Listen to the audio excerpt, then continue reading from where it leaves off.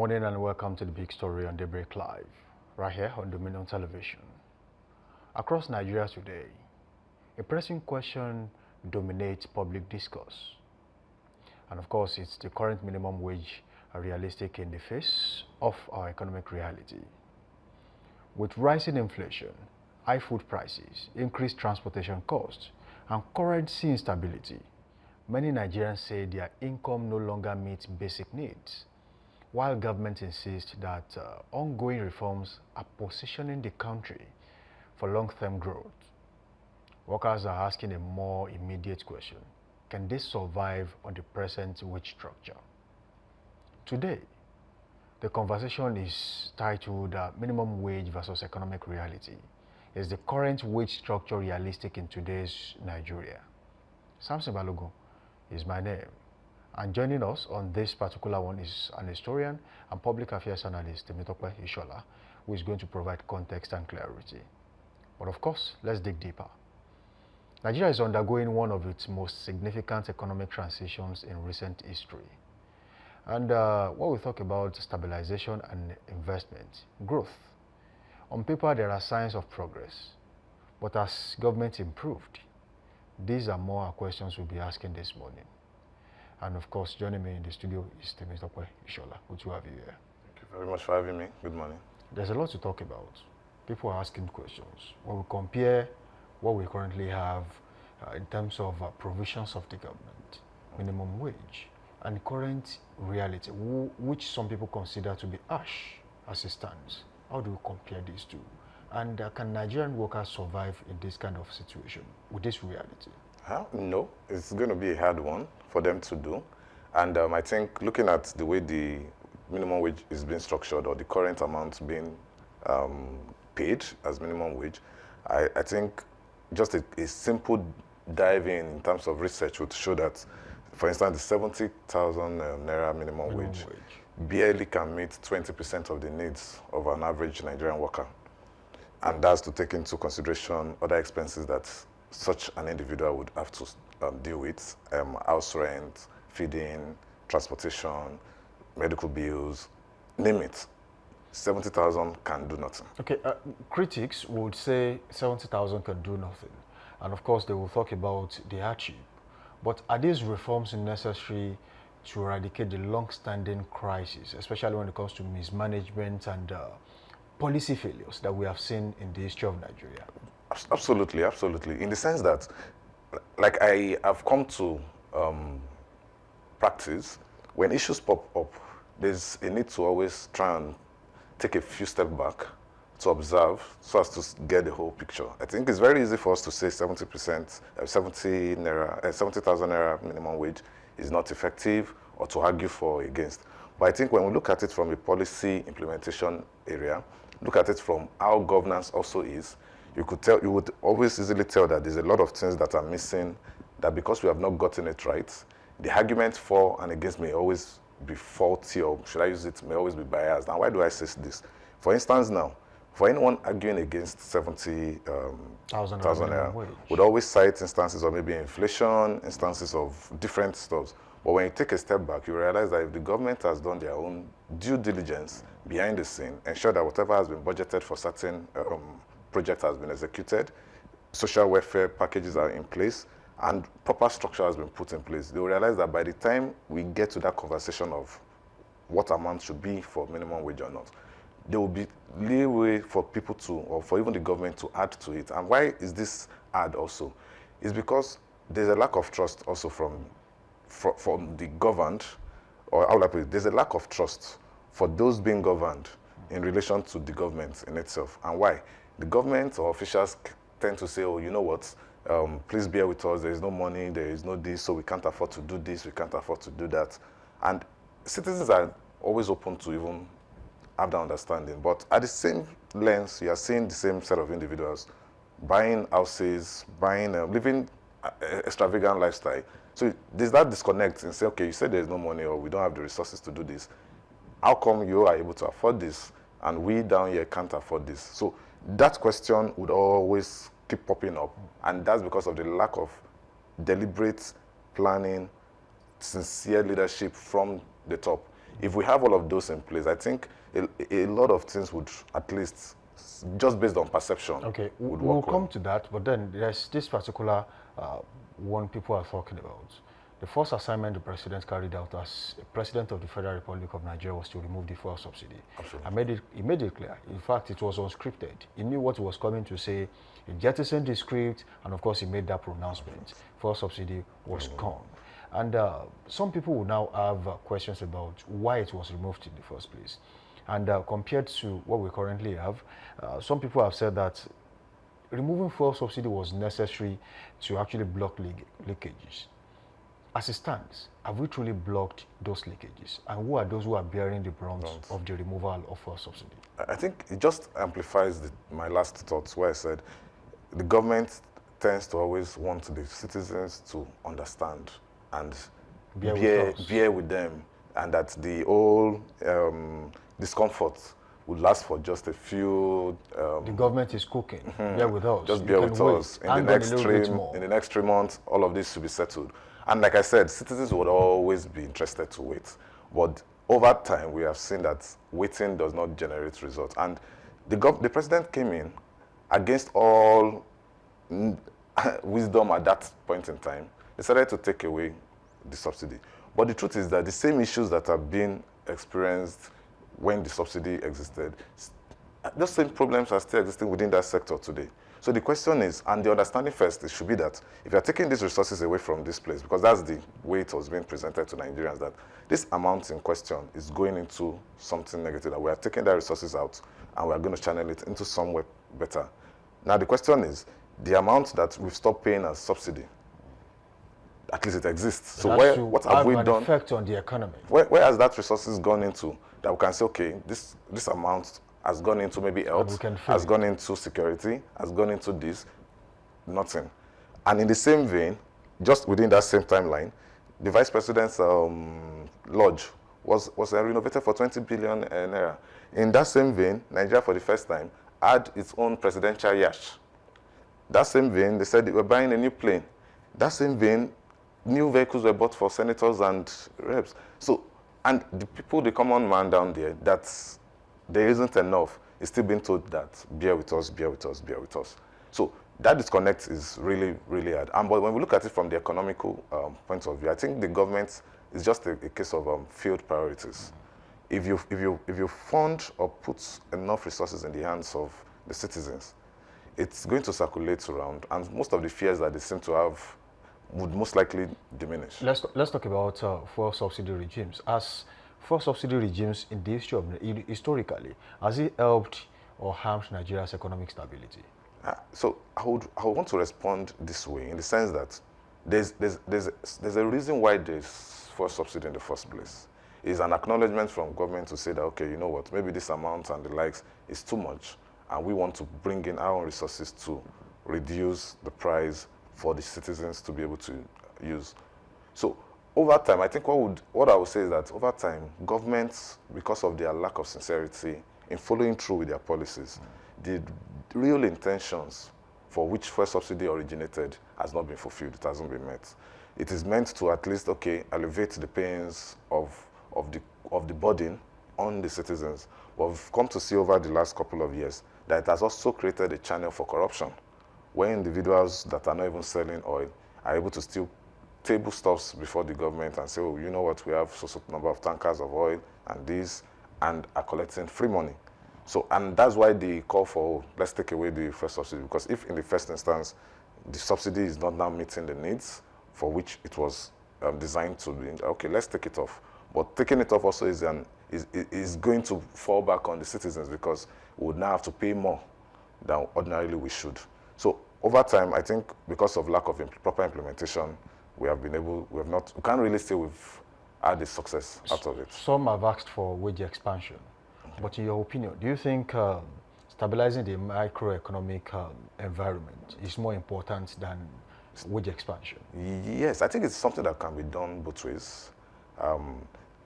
It can be phased. It can be a phased approach. So meaning, as you're trying to do the wage expansion, you're at the same time working on expanding the capacity of these guys. And one good way is Nigeria over time, I've seen them pay lip services to the SMEs. These are individuals that are not necessarily even in the bracket to say they want to earn the minimum wage. But if they are allowed to thrive, the economy is going to be boosted, resources will go in, and those individuals are going to become employers of labor. Because there's also the unemployment factor in all of this too. So expand the scope, let them be able to earn, make policies easy, because at the same time, if we're saying we are doing 70,000 minimum wage, how many private entities at the lower cadre can afford to even pay that? Because they themselves are struggling, and this also as a result of policies, strangling businesses, not allowing businesses to really expand, the earning capacity of the citizens. So there's a lot, that's why I said it's not a one-way problem that we can just tile everything to. There are a lot of factors that need to align that allows the whole picture to look very more beautiful. So in this context, I would say that even rather than thinking of a wage expansion or the likes, that why not the country go into a pay-as-you-work payment system. I feel that that is more valuable and more impactful. And what do I mean by that? Rather than work 30 days and expecting to get a pay every 30 days, once in every month. So Nigeria should go back to the wage system. So and that way, it will democratize resources also in a way, in the sense that I can be a student and I'm going to work, but I know I'm working maybe 4 hours or 3 hours, and I get paid for that hour. I feel there's more value for my time and resources if that is being implemented. And I believe that if that is in place, because I feel like the big picture or the amount is what is scaring the policy guys, maybe thinking, oh, if this 70, if it's increased to 100, if it's increased to 120, that would be this. But let citizens be earning little by little monthly. And I feel even smaller companies can afford to do that because they are not paying supposedly in bulk. They're able to just say, okay, today maybe it's 1,000 naira per hour, that is our agreement. By the time we are done by the time you're done with your 2 hours or 3 hours, the worth of the time you've spent, I pay it to you.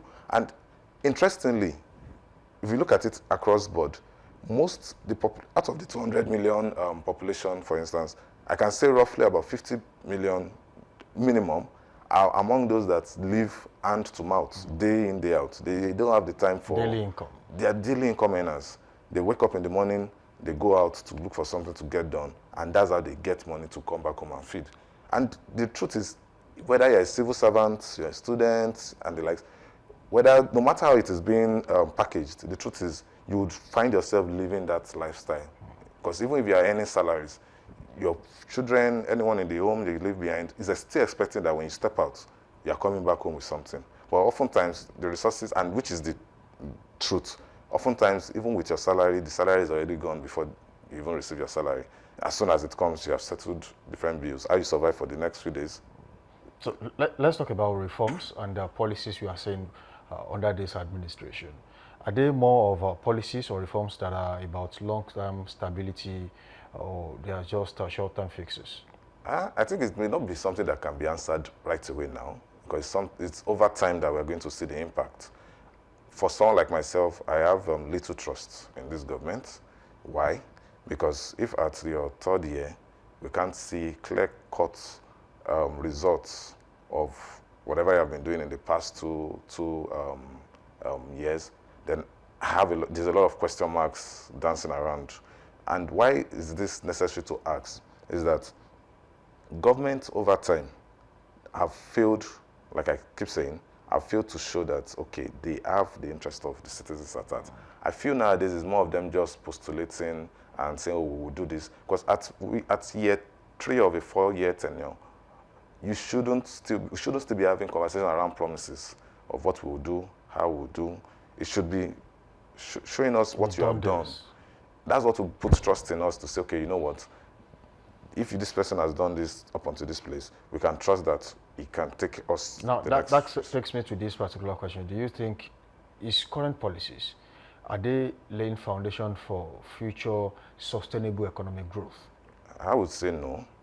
And this is my answer simply because I have always against governments that puts up statistics that signals progress when the reality on ground is different. So I'm basing my submission on the realities on ground. Are Nigerians better off with money in their pockets since 2023? No. In savings? No. In earning potentials, capacity? No. So that's the way I can judge the government. But food prices are coming down. If the food prices are coming down, it also has effects in different regards. For instance, now, food prices might appear to come down south. But over there in the north with ravaged insecurity and the likes, farmers are not going to the farm. So automatically food are going to be expensive. We can't also see clear-cut that the government has made investments in agric across board that has lessened it. And you always see that it's fluctuating. Petrol, that's oil, as it were. I think the intervention or the presence of individuals like Dangote and all kind of stabilizes the... Bringing it to a competitive market. To a competitive space. If Dangote was not in the equation, we probably would still be buying fuel at a higher rate than what we are doing currently. So this is the way it is. I would not say the government in its entirety has not put up maybe nice policies and the likes. But like I would always say, it's not enough to just design a policy or postulate or give beautiful plans. The most important of it all is the implementation. So if you have good heads that are drawing up policies, then there must be good heads to implement it. And I think that's where the government is missing. So increasing minimum wage without productivity growth, how bad will it be on the Nigerian economy? Nigeria, it won't, I don't believe there will be anything wrong in it. And why am I saying this? I'm just even looking at it from an individual point of view. I think yesterday or so, I was still thinking of it that there are some certain things I can't buy, or, okay, let me put it this way, there are certain things that if I want to get it, I'm always like, oh, isn't this expensive, isn't this expensive? But the truth is, in another 1 year, 2 years' time, that same amount that I'm saying is too expensive will become the norm that would eventually start getting some product. And I won't say because of that, I won't buy the necessity because of that amount. Same way it appears. I feel like the country, everything would adjust once that amount has gone up. And in truth, what exactly is the amount that this 70,000 naira minimum wage is roughly be $45 to $50 a month? It's nothing. It's a drop in the ocean for an average Nigerian. We spend way more than the amount in itself. So I don't think there's anything wrong people having that amount that matches up with it. If someone with a 70,000 naira salary minimum wage, I can say it with all confidence that the person may not even be able to, it won't even get to the 10 or the 14. Because by the time you take out your transportation fare, that's if your transport in itself has not even swallowed up the money. Because nowadays, for an average Nigerian, there's a competition between, should I eat 3 square meals or should I forfeit transport? Should I do this? Like one has to go for whichever one you do, and which shouldn't be the case. Will minimum wage ever be enough for any Nigerian, especially with the current economic situation? Yeah, I think a progressive growth in minimum wage would. No single amount at the moment can entirely solve the problem of Nigerians or anyone anywhere across the world. I think a progressive growth, and why do I say this? At some point in time in Nigeria, 18,000 was the minimum wage. As at that time, when it was being conceived, even though it's similar to now. So a reasonable extent could meet up with some things. Times have changed, economies have grown, a lot of factors have come in. 18,000 is not sustainable. Hence, we are in the conversation of 70. Having spoken about progressive growth and increment, some have asked questions about wage reviews and how often that should come up. So should wage reviews be attached to productivity rather than political pressure? Yes, and that's why I'm still always of the opinion. How do you measure productivity in the Nigerian system? Which is a hard question, which is hard to figure out in the current setup we have. That's why I'm still of the opinion that we scrap off this system and the salary system and go back to the wage structure. Because that way you can clearly know who is working and who is not working.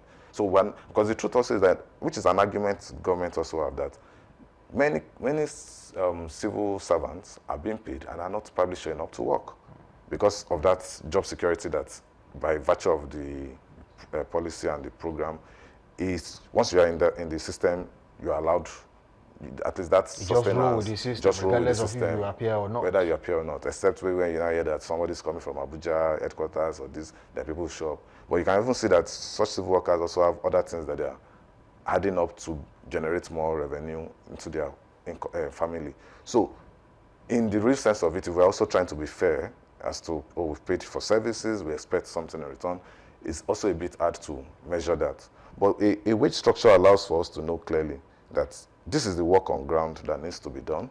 This is the number of individuals that is needed to get this done. Then we can plan on that. And once you come in, you get the job done, we pay you, you go. So I believe that in itself, there will be more seriousness, more productivity across board, because everyone knows that, okay, yeah, I'm going here to earn, I go in there to go get something done, not just sit on the chair while away time and stand up and move. So I believe, from my own view, a wage structure is much better than so the current salary while system. people like you talk about fairness, they talk about reviews, constant reviews of the minimum wage.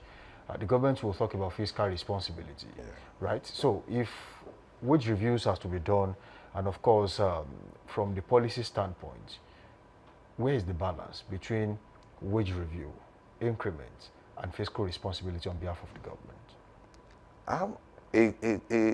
A working economy and a working society with a working government, these issues would be very minimal, because all of this is also, just like I said earlier, part of the trust issues.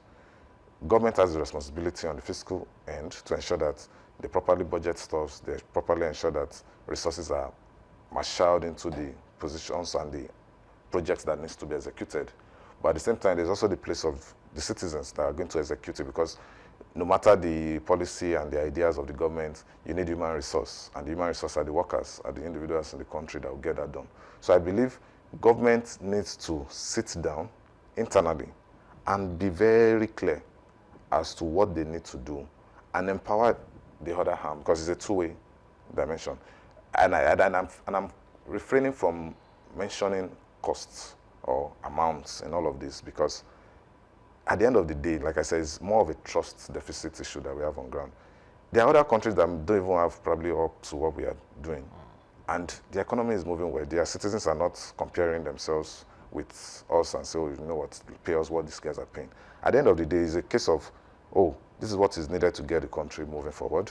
You are playing your own part as, say, the manager, giving the vision, the resources. We in our own bit, I say, okay, to get this done and achieve this, we are earning this. And everybody walks along.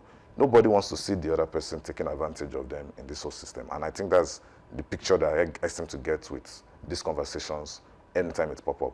Fiscal responsibility can be properly balanced if government on its own end also eliminates corruption at its barest minimum. Once you can eliminate corruption at its barest minimum, whatever you have put in place, execute over time, even if you are not able to give the citizens what they want or the workers what they want in the first year, because of that deliberate growth process, in say 2 years, 3 years, the resources, the revenue that would have come in from following through with what you had set up in the first place would come in, and you have the capacity to now give to the people working and say, okay, you know what, last year maybe it was this amount, in the next 2, 3 years, we are wealthy enough to afford it, because the conversation also is from a place of, we don't have the money, we don't have the resources. So which means what is being communicated is, if we have the resources and the money to get this done, then there's no problem, we obviously can pay. So historically, have economic reform periods in other countries, as those required sacrifices, just like it's been said in Nigeria? Yes, everywhere. I think everywhere, every country has had their own fair share, because, and why is this easy to predict? We've seen economies go up, we've seen economies fall. And in the moments where there is a downturn, all cannot go as usual. Everyone has to adjust, austerity measures kicks in and all of those things, just to get themselves in a place where they can now say, okay, you know what, we are settled, we are balanced, let's push a little further. And I think in the Nigerian front, the problem is that Nigerian workers over the years cannot really point to a single year where they can say, oh, there was even a breath of fresh air. So every single year they keep hoping that things will get better. Even when the fuel prices were high on a global scale, that we should earn more, it didn't translate to a better lifestyle for the citizens. So it's always quick for government to say when there's no oil or there's a downturn, they're to say, oh, bear with us, there's no money. But the truth is, when there was money, it didn't reflect also in the lives of the citizens. So there's always that question mark. So yeah, if we take away the arguments for and against from the citizens' end, on a government standpoint, they also have not done enough, because there are a lot of projects that should be done. There are a lot of things that should be executed. That arguments of no money has limited its execution, has limited the ability to go ahead with it. So the question is, government needs to do a lot. So let's even say they're not paying anyone, or they don't have to bother with minimum wage and all of that. On their own front, there is a need to generate revenue, and the government has not done that. How are we doing with our manufacturing industries? Little or nothing. If we just sat deep with that alone, there's a lot that would have that would happen in the country across board. We'll be able to trade, export well, and all of that. But I think government has failed to do that, and that's why these conversations around minimum wage seem to bear its head every time, because it would have been an alternative if the economies were thriving well. For instance, now, I'll just to mention names, okay, maybe not to mention names, but some of the top companies, manufacturing companies in Nigeria, especially those in the oil sector, those that have the refinery and the likes, you won't see their worker complaining about minimum wage restructure. Why? Because they are taken care of. So, and that's an option different from a government job. So if the economy is made to thrive well and everybody providing an enabling environment, it will reduce that workload on the government. You'll see people opting to say, you know what, I would rather work for a private sector. And truly today, you can see that happening. How many persons can government employ? Still the private sector. It's still the private sector that takes the bulk of it. And you see that the private sector try their best, even without it or without the minimum wage conversations. They try to increase salaries periodically to fit into what they understand as the realities of the economy. So if government, and you realize it's only the government that fails to do that periodically, that they have to beg them, have to go on strike before they can get that done. Okay, having studied the progress and of course policies and initiatives of this administration, if these reforms are sustained for 3 to 5 years, what would the economic outlook of Nigeria look like as a country? Okay, if they are serious with the policies that are being put together and communicated to us, I believe that if it is properly followed through, we should see industry springing up and small, medium enterprises, small-scale businesses also being empowered to thrive. And the truth is, these are the missing link in the economy. If the SMEs are funded, supported, be it in policy, tax exclusions, and all of those things, and money resources is pumped in to deliberately allow them to go up, which is loans, and that's one of the biggest challenges we have in the country. A Tony Elumelu Foundation every year gives about I think $1,000 or $2,000, $5,000 to something. $5,000 to over. I think now it's over almost 10,000 persons yearly across Africa, of which Nigeria takes like 50% of such. That's just an individual. Governments, I've not seen governments have a clear-cut policy or clear-cut program, entrepreneurship program in that regard to say they are supporting. Grants for small-scale business. So imagine an individual that, okay, you are doing cream, you are doing food, you are doing snacks, you are a logistics company starting small, and you have such resources into it. What it means that by the time such resources come in and you are stabilizing, you will need to hire a secretary, you need to hire a dispatch guy, you need to hire at least 2 persons. And imagine you have invested such resources in 1,000 businesses, for instance. Those businesses have the capacity to hire 1, 2 more persons. And that's more or less providing 2,000 jobs, thereabout. And imagine you scale that across 36 states, for instance. That's about 36,000 jobs that of 70 that you'd have created within a short span. And once they are stabilized, you go again, you take the next batch. And by the time you do such, I believe that over time, it may not look so straightforward at the beginning, but if it is properly looked into, assessed, when there is a mistake, you learn about it, you correct that part, and that deliberateness to say that, okay, we want the system to. I believe we've not gone to the point where there's that vision, clear vision, and the deliberate way to say we want whatever programs we've put in place to work. I feel it's more of just, let it just be in the newspaper, let people say that we have done that. Shortly before we go, what role is corruption playing in all of this? A very big role. a very big role, because I believe that if corruption is eliminated, a lot of things would go well. And a good example, even the big fear in all of this that we say, oh, let's even set up a entrepreneurship program and the likes. With the Nigeria of today, if you release such funds, somebody will probably carry 50% of it and run away with it and consider it as his own share of the national cake. And Evans will not fall. No punishment will be, and if at all a punishment is given, they'll probably say you should pay 10,000 naira fine or 100,000 naira fine compared to that. So corruption in all its fare, it's basically giving us that challenge, it's giving us that problem. And I believe that if corruption is eliminated, resources that are budgeted can be implemented. Resources that are budgeted would be used for the right items that it needs to be done. And it's going to translate heavily into the lives of an average citizen, and they'll be able to get results from it. The bottom line of it for average Nigerian is just basically saying, you know what, we want results, we want things to go better. I keep saying it, I keep arguing that Nigerians generally do not have problems with the government. As long as they can eat, drink, have a little bit of fun, relax, are safe, they don't really care if you're even taking the millions or the billions up there. Because an average Nigerian has been conditioned into the survival mode, setup mode. So as long as they have the basics, they really do not have conversation. They don't even care. All this conversation of how many percent GDP, inflation, this. Some no longer have interest in the newspapers. Exactly.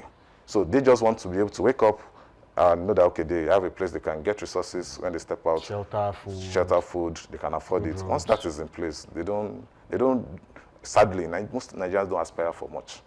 They don't. So just give them that basic and they'll be all right. And that little is where I have issues with the government still not being able to provide that barest minimum for these individuals. And that's why there's a lot of issues popping up, conversations popping up. And I hope that they get it right. All right. Thank you, Temitope Shola, for joining us on the show this morning. Thank you very much for having me. It's been an eye-opening session with you. Right, as he said earlier, Nigerians are not asking for too much. A minimum wage is not just an economic figure. It represents dignity, productivity, and fairness. As Nigeria pursues reform, the true test of growth will be how it impacts the lives of ordinary citizens. And a big thank you to Temitope Shola for his insights and these critical issues this morning. Samson Balogun is my name, and this has been the big story on Daybreak Live on Dominion Television Ibadan. Up next is Trend Watch.